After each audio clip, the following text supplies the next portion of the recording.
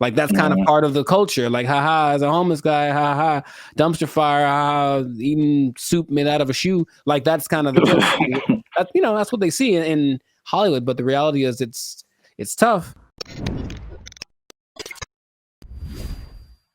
What's up, everybody? I'm Jericho, and this is Zap, and we are the now 6-time international award-winning pop hip hop duo Bandit Future. We make clean, fun music that everyone can listen to with a sound that is uniquely Californian. You like that right there?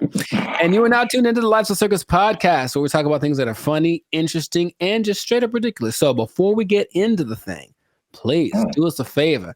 Make sure to like, make sure to subscribe, make sure to comment and share this video with at least 2 people that be tired of these homeless in these streets, man. What do about these homeless in these streets? Well, here's the thing about it. No, hear me out. I'm sick of it. I want to talk about it. And the thing is, I'm not defending them. They can't see this. They don't have. So the thing a lot of them have cell phones. Shout out to the homeless people. Anyway, so what the thing? You're right. Actually, 50% of our subscribers are homeless.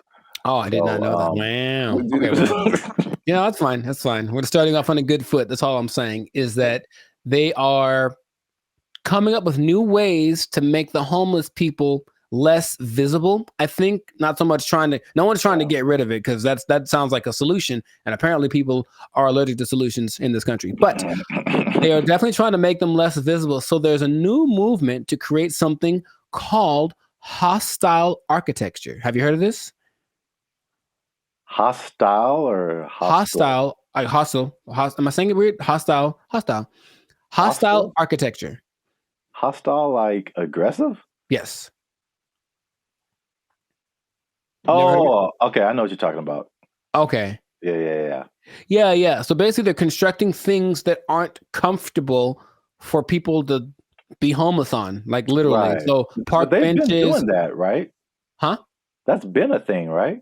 But there's been a new push within the last year to like start put. What I'm going with it is it's starting to affect us more, the not homeless people, because what's happening is, so the hostile architecture, for those who don't know, is designing things to be uncomfortable so that people won't tend to sleep on them. So like grates, a lot of people in the winter, especially in places like New York, would hover over the grates to stay warm, right? So now they make the grates in these weird like spiral shapes with like these kind of like jagged parts on top of it, so that you can't just hang out all night. I guess you can try.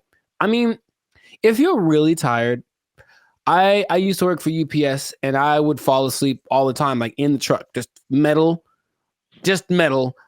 uneven, uncomfortable. I'd just be out. So it kind of doesn't matter to me, but I guess if you're cold, and anyways, that's the idea, that they're making this hostile architecture. And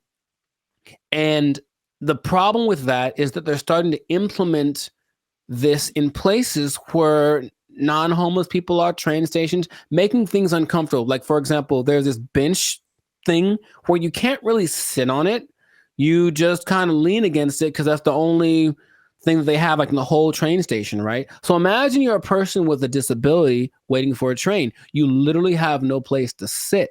And they're saying that it's violating the Americans with Disabilities Act, because you have to be comfortable. But they showed a video of this entire new train station in New York, and there's literally no place to sit. And if you sit on the floor, the officers come make you stand up. And that's what's starting to happen. And that's what people are complaining, because they're like, okay, well, we're not homeless. We're just trying to take the train, and we would like to sit down and rest our feet while we're waiting for this train. So it's starting to affect us. There are designs that are a little more friendly, meaning you can like sit on the thing, but you can't lay on it because they put like these awkward metal. Right, I've seen those for sure. Yeah, but that's basically what they're saying, that they're going too extreme with it, and it's starting to affect the comfort of the general public. So if you go anywhere in New York, you can't really get a good place to sit outside, because everything is designed so that homeless people don't like stay on it and sleep and stuff like that. So I don't know. What do you think about that approach to the homelessness situation? Yeah, like I said, I think I've already seen like a lot of stuff like that. Just like the way to design, but I it's like that what that old saying, like one apple destroys or whatever. It's just I think about that a lot actually. Just things that we have to do today because of other people, like other people's decisions affecting us that, you know, Mm-hmm. it's but there hasn't been a solution. I mean, they've been trying some stuff, Right. but like, and I feel like it's not so clear cut.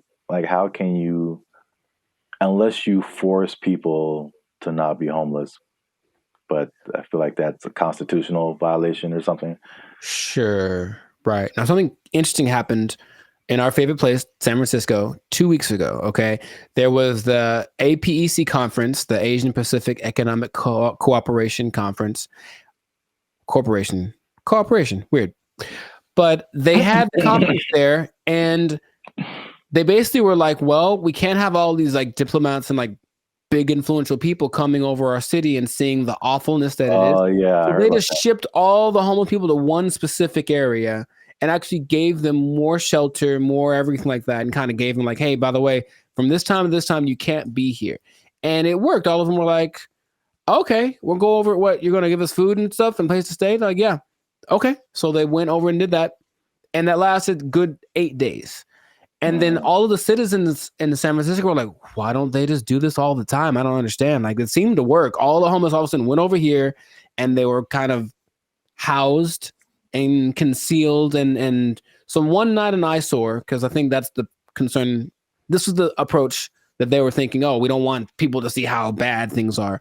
But yeah, also in the thinking about the homeless people actually like, oh, we should actually do more because maybe the problem is that we're just not trying hard enough. We're kind of okay, they're on drugs, so let's let them be. But maybe if we put a little more effort, and this was evidenced by this actually worked for 8 days only. San Francisco looked quote unquote normal, like you didn't see the problem so much. So a lot of the citizens are saying we need to do this more, and they're like, yeah, but money, and then it goes yeah, back to normal. So it's already back to where it was like in this moment, but 2 weeks ago was perfect. See what I mean?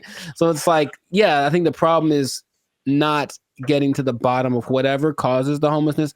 I know it's a lot of mental illness and a lot of drug abuse, but just try something because we've firsthand seen like this is awful, man. yeah. You know? Um, there's two different issues because there's like homeless sleeping Mm-hmm. places. Um, but then, I mean, more than two. There's, but then it's like during the daytime, people loitering. You can tell they're homeless. They're not necessarily sleeping, but they're just hanging out, doing nothing. Or another issue is just like the trash. Mm-hmm. Like even in my neighborhood, like I'm telling you, I can tell. Like I see a couple of more homeless people, and I see a lot more abandoned shopping carts now. I see a lot more trash now. Mm-hmm. So that's like a whole nother issue. So I don't know. I know they've been trying like these little tiny house things. So I think there's been at least in LA, I know there's been an effort by some groups to get people in there. Mm-hmm. But again, you have to have cooperation on both sides. So like there's some rules that come along with that. And if like people don't want to go by the rules, then they can just be homeless and outside. And Right. Yeah, I think a so lot of people are homeless. Not a lot, but there's a big number of people. Okay, there's a big number of people that are homeless by choice. yeah, Yeah, they're just like, yeah, because they don't want to be part of society, and they want to do drugs and just live their life. So the only place that I've been where I saw like the homeless thing not really an issue at all was Japan. And their mm, thing, because their culture is so based on shame, that people that are homeless are genuinely ashamed of being homeless. So you don't see them. I was there for like 9 days. I saw one guy the whole time. And what I mm, understand is that the homeless, one's kind of like keep to themselves in a different area, maybe like underground or whatever, and they're actually like really organized. They have like a newsletter that they publish. They have their own like community of homeless people somehow. So without that, that, oh, it's shameful to be homeless, I don't think it's going to get reduced or anything. And we can't measure exactly how much time or effort people are actually putting into solving it, because I don't know if the homeless problem is like a problem in a lot of places, but I just know here it is, San Francisco it is, New York it is, places like that, where it's always kind of been part of the joke. The homeless guys in the Coming to America, remember? Like that's kind of part of the culture. Like, haha, as a homeless guy, haha, dumpster fire, haha, eating soup made out of a shoe. Like that's kind of the joke. That's what they see in Hollywood. But the reality is it's tough. And I guess people are thinking about it, but whatever is being done just seems to be kind of like a feeble attempt. So, of course, don't have the solution, but just I when I saw that architecture thing, I said, wow, because it's I think it's doing more bad to us than good for the or whatever. Because they're I think that's the kind of point here. That's what I was trying to say earlier. It's just like it's negatively impacting other people rather than positively impacting the homeless. Right. So it's like both sides are losing. Right. Oh, but from the economic, because always an economic thing, the shop owners in like the new train station love it, because since people can't sit down anywhere, they come into the shop more and they're buying more. See what I mean? So there's always that's always that part of it. America. Yeah. So that's it. Yeah. Good luck to us. This has been another fantastic episode of the Lifestyle Circus podcast. So make sure to like, subscribe, comment, leave a comment. Yeah, comment with a solution, because I can't think of any. Right. Like, I'm sure somebody has to have a solution. Somebody. Oh. or just say it, man. Remember the Super Pig episode? Yeah, I remember. Yeah. I'll just let your brain do. It's the whole movie is there. I like it a lot. Put together. There's already a sequel. Like the ending, I just imagine. There's Hugh Jackman is in there. Like it's already there. Yeah, I get it. Unleash the super pigs. You just see shopping carts being thrown over and people running. It would get ratings for sure. Keep that in mind. We're not going to say it blatantly, but put it together, y'all. See what Zap was talking about here. But yeah, and that's it. So, don't be homeless. That's what I would say. Seems like a bad move. Yeah. But if you are homeless, you don't have to worry about anybody taking your job. You don't have to worry about it because you don't have a job. It's easy. Aw. They took our jobs. They took our jobs. Take our deer. Take our deer.